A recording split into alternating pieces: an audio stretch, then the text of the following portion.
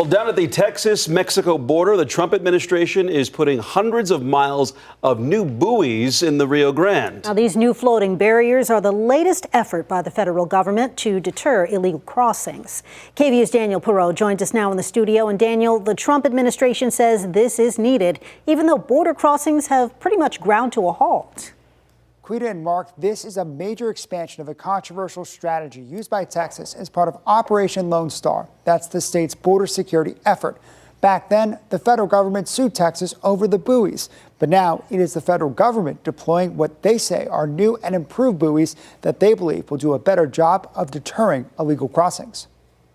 The federal government showing off stacks of new water buoy barriers that are now being installed along 500 miles of the Rio Grande River starting in Brownsville. The buoys are 15 feet long and 5 feet wide and 4 to 5 feet in diameter. During a visit to the Rio Grande Valley on Wednesday, Homeland Security Secretary Kristi Noem said more than 130 miles of barriers are already under contract. These barriers will make it much harder for illegal aliens, to drug smugglers and human traffickers to cross the river and other waterways where they will be deployed. Lakin Jordahl, a public lands advocate with the Center for Biological Diversity, calls the buoys devastating. This is so enraging because the river in South Texas is one of the last places that people can go to experience nature. In 2023, Texas deployed buoys to try to deter migrants from crossing into the U.S. from Mexico. We're not going to stand idly by and see this disaster wreaked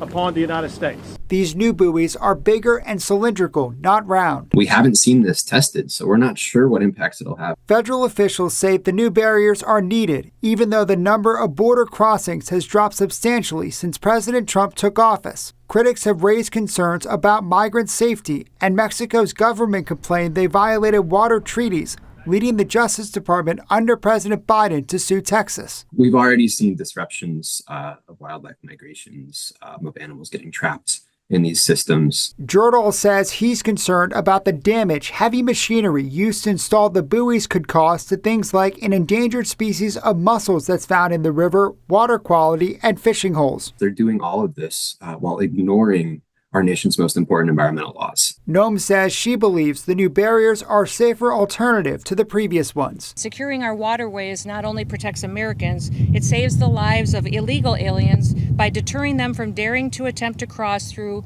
this treacherous water. An appeals court has allowed Texas to keep those buoys in the river while further legal challenges play out. The funding for the new barriers comes from the tax and spending bill that President Trump signed into law in July. A spokesperson for Governor Greg Abbott tells me that he is proud to work with the Trump administration to expand the border buoy program.